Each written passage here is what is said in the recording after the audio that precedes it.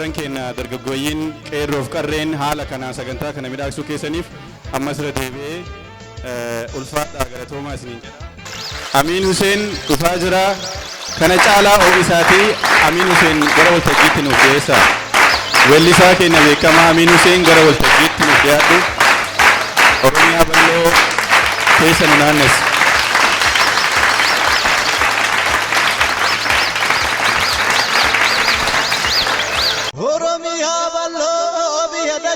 Balla Zutu siko mando arti bale lala Burkat le dota bako jiran bale Shawa walinge ne hanura Oromia dawana finfinne Hararge bi wallo wallaga kwambara Jimma abba jubari lu abba bora Bule hora lale Karakuji demna ya ballo moyale biyanga bagena dawana borana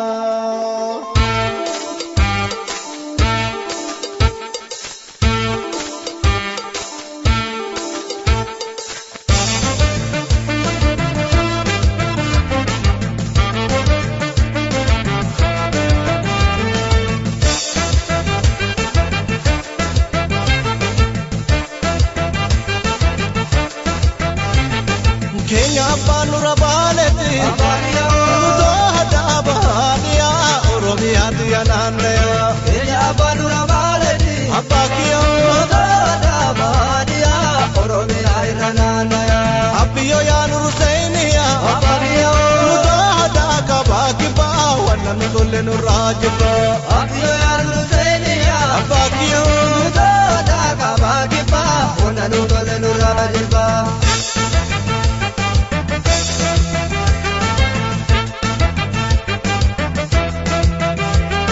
Biya mukabiya gareni abagiyo biya dubro magalani Oromia diya nandaya Oromia diya yadanta abagiyo kabano kula bagadisa Oromia diya nandaya Oromia biya godota abagiyo sorati ada yoda Oromia diya nandaya ilma mabajala kayate abagiyo birati bati binenzota Oromia diya nandaya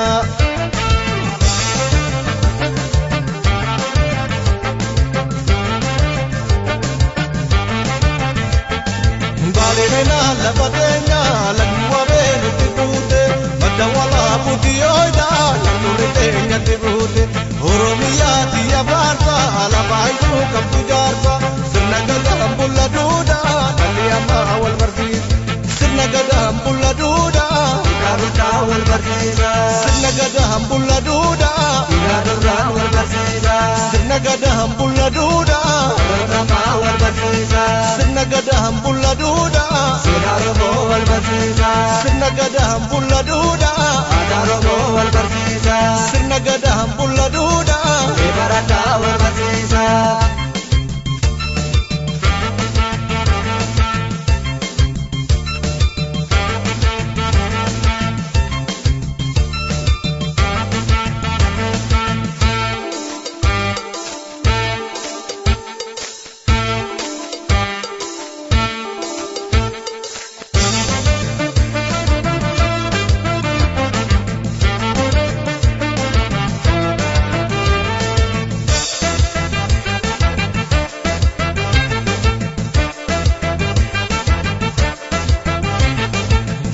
Banura baleti abaniya udohada abaniya Oromia diya nandaya Kenya banura baleti abakiya udohada abaniya Oromia iranandaya Abiyo ya Nurusainia abakiya udohada kabakiba wana nukole nurajiba Abiyo ya Nurusainia abakiya udohada kabakiba wana nukole nurajiba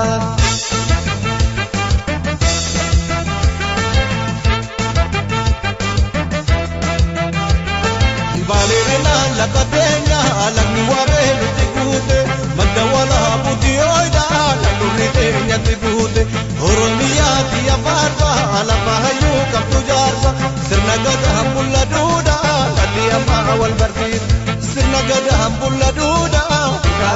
والبرسيسا سرنا قدهم بولا دودا يا دوران والبرسيسا سرنا قدهم بولا دودا الرما والبرسيسا سرنا قدهم بولا دودا سيداربو والبرسيسا سرنا قدهم بولا دودا أداربو والبرسيسا سرنا قدهم بولا دودا إبراتا والبرسيسا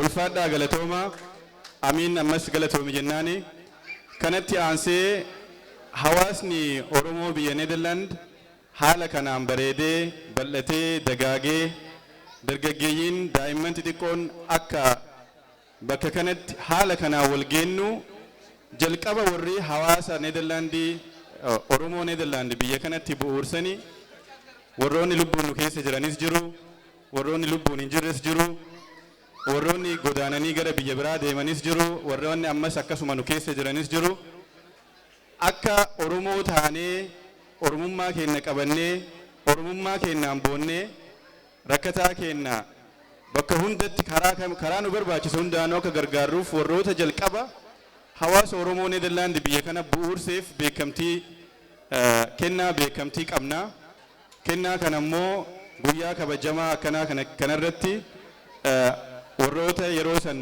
hawaasa Oromoo Nederland gadi bu'uursanii fi kennaa kennuu barbaanna kennaa kana immoo kan qopheessee dhiyeessee hawaasa Oromoo Nederland durataan hawaasa Oromoo Nederland Dr. Nasruu Hasan gara waltajjiitti akka nuuf dhiyaatan waltajjiitti nuuf dhiyaatanii immoo bu'aa bayii hawaasni Oromoo Nederland hanga ammaa godhaa turee fi ammas itti jiru gabaabduu nu ibsanii gara sagantaa kennuutti darbanii Dr. Nasruu Hasan gara fuulduraatti akka nuuf dhiyaattu ammallee immoo maqaa kabajamoota hundaa akka nuuf dhaaftee kennaallee nuuf kennitu isin gaafadha.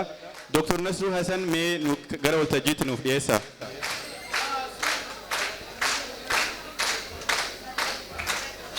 Hayyee galatoome ulfaadhu mee isuma kanaafillee kan yeroo hunda asirra bahee bakka cidhaattis haa ta'u sagantaa hawaasaa irratti bakka maaliitti entertain godhuudhaan waltajjii geggeessuudhaan yeroo hunda nu wajjin dadhabu ammootu baroottaniif hawaasa Oromoo Nederland akka hoogganaatti hawaasa kana sochoosaa turuu isaati isumaallee mee harka rukutaa innummaanuu nama harka rukutamuufi egaa hundumti keenya fagoo irraa kaabaa kibbaa magaalaa hundarraa baanee irreecha Oromoo irree tokkummaa waltajjii biyyattis haa ta'u biyya alaatti Oromoon bareedee guddatee midhaagee itti argamu akkanaa kanarratti argamuu kennaaf hedduun gammadee hundumti keessan bakka kanatti argamtanii midhaagina sagantaa kanaaf waa gumaachuu keessaniif hedduu galatooma ulfaadhaa mee harka ofii rukutaa.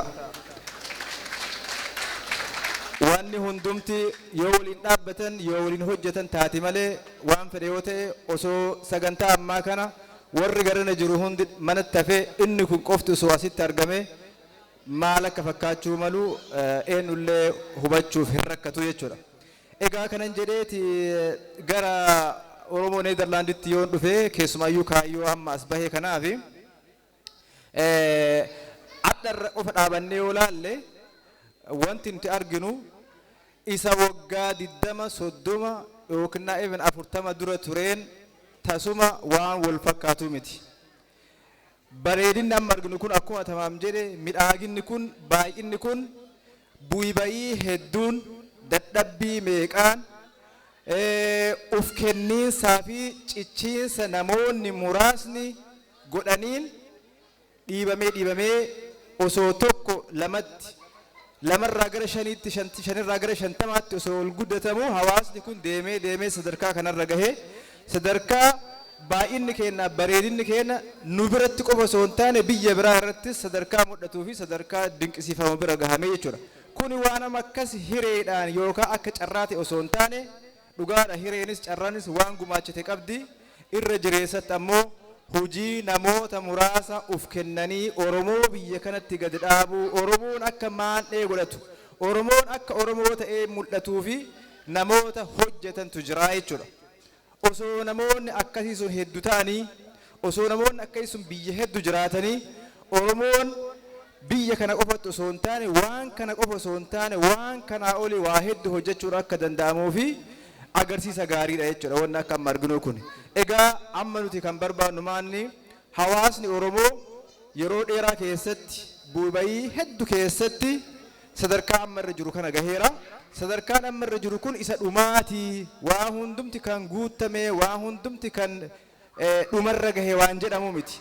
Waan silaa deemamuu malu keessaa parsentii 10 moo 20 moo 18 deemamee wanni beekamu hin jiru. Wanni qajeelatti hundumti keenya ko'eenis tokko Oromoo biyya kana jirus wanni nuti beeknu yoo jiraate bakka silaa gahuu qabnuu fi waan silaa hojjannee argamuu qabnu kan hin hojjanne ta'uu isaati.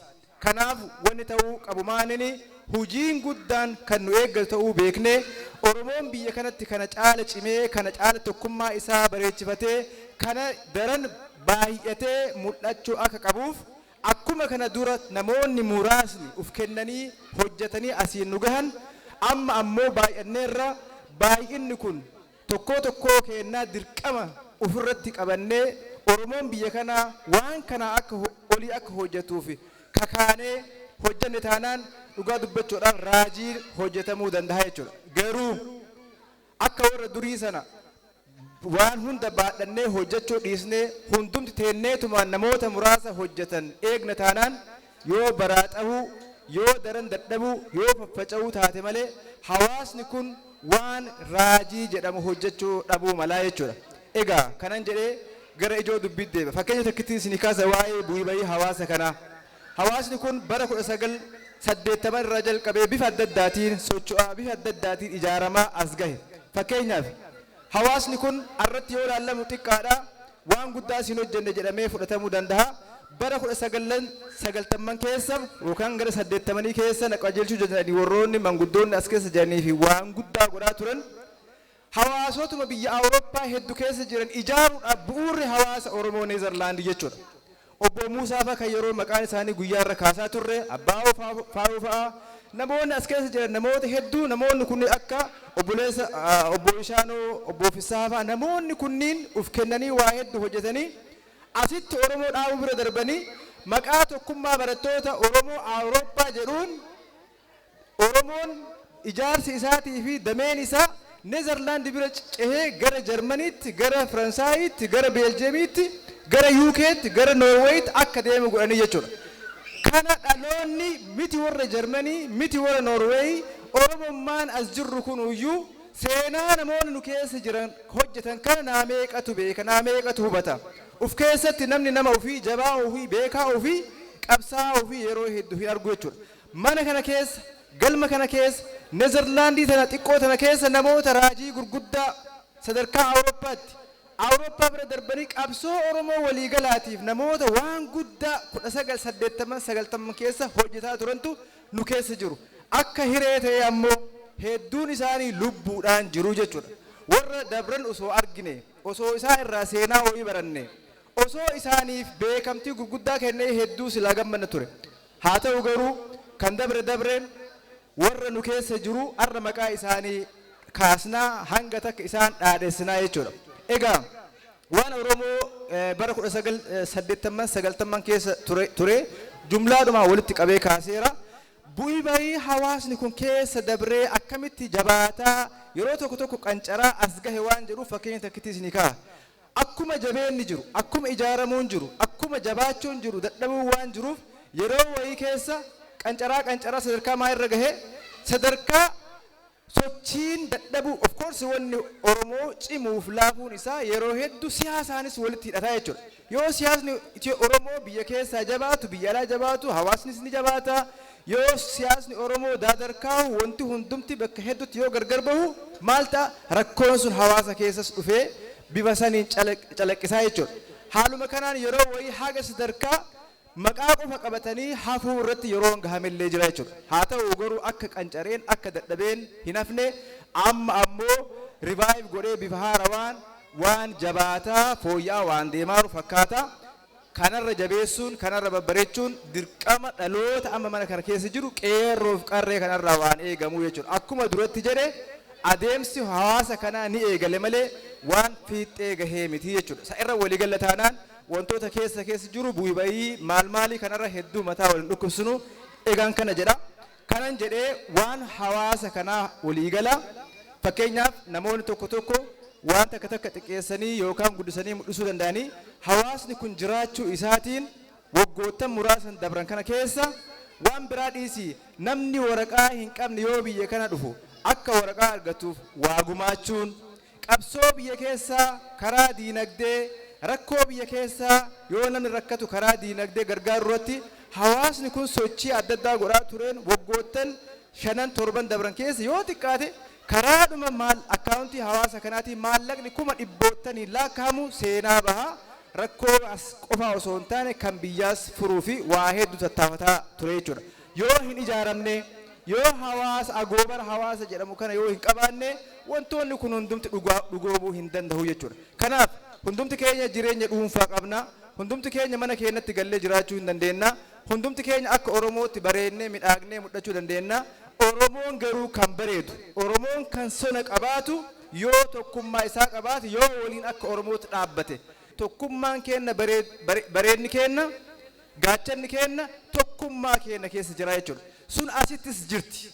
Biyya kanatti waa'ee isa biyya miliyoona meeqaa dhiisa asuma warri jirru waliin qabannu tokkummaa keenya hin cimsannu taanaan waa'ee isa biyya biraa waa'ee isa biyya Oromiyaa hedduu haasa'uu hin dandeenyu. Nama asitti waan qabu cimsatetu nama maadhee isaa bareechifatetu isa waan fagoo irraa hedduu dubbataa jechuudha. Kanaaf abbaan fedhe hawaasa kana geggeessu koreen fedhetti haa dhuftu silaa wanti kun monopoolii nama muraasaatii miti wantichi isaa waa'ee dhalootaatiif kun fuudhee kaanitti kenna waa'een hawaasa kana jabeeffachuu hidda isaa gadi fageessu tasuma babbareennee midhaagnee waliin mudhina taanaan gaafii keessa galuu hin qabu jechuudha. Egan kana jedhee kanamaaf jedha barbaachisummaa waan kana cimsu waan kaleessa itti dadhabame sana waan waggaa 20-30-40 dura itti dadhabame dhaloota kana harkatti dadhaba taanaan qancara taanaan kun dhaloota kanaaf qaanii guddaa ta'uu isaa beekame bifa kanaan hojiin hawaasa kana daran cimsuu hidda isaa gadi fageessuu irratti akka hojjetamuuf kana kaasa.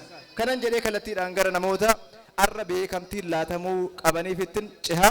Egaa namoonni beekamtiin laatamaniif dhugaa dubbachuuf namni Oromoo biyya kana jiru kan si'a 10-15 miti guyyaa arraa galma kana keessatti argamee galmi kun akka bareeduuf waa gumaache beekamtitu malaafi kabajatu malaafi galatatu malaafi haa ta'u garuu ummata hagana baay'ate ummata waggaa meeqaa hawaasa kana keessatti dadhabeefi hundaaf beekamtii laatuun tokko humnaafis lama yeroofis waan maluu miti. Arra namni muraasni yoo beekamtiin laatameefi isa adda beekamtiin laatamneefi yeroo biraa beekamtiin laatamaafi jechuudha. Akkasumaan dhawaataan kuunkaanii beekamtii laataa deema. Namni tarii maqaan isaa irra hin laatamne hin dhahamne an akkami keessaa hafaa jedhee akka nutti hin aarre ammumarraa dhiifama gaafanna. Warri beekamtiin laatameef ammoo waan kaawwan irra waan adda ta'e namni hojjetan jiru. Garuu bakka tokkotti nuti haga danda'ameen karaa dubartiillee beekamtiin akka laatamu warra waggaa 40-30 dura Oromoo asitti hidda isaa gadi dhaabe qofa osoo hin taane qarreen yookaan qeerroon bara as dhiyoo kana keessatti hawaasa kanaaf waa gumaachanis hanga danda'ameen beekamtiin akka laatamuuf waan yaalame jira jechuudha. Akkasuu ta'ee nama hunda gammachiisuu waan hin danda'amneef bakka hir'inni jirutti bakka waan nuti dogongorretti ammumarraa akka dhiifama nuuf gootan dursinee sana kaasuu barbaanna. So sanatti aansuudhaan kallattiidhaan gara namoota beekamtiin laatamuufittiin ciha. Egaa waa'ee beekamtiitiin wal qabate namoonni amma as jiran beekamtii kallattiidhaan dhufanii akka nurraa fudhatan gaafanna.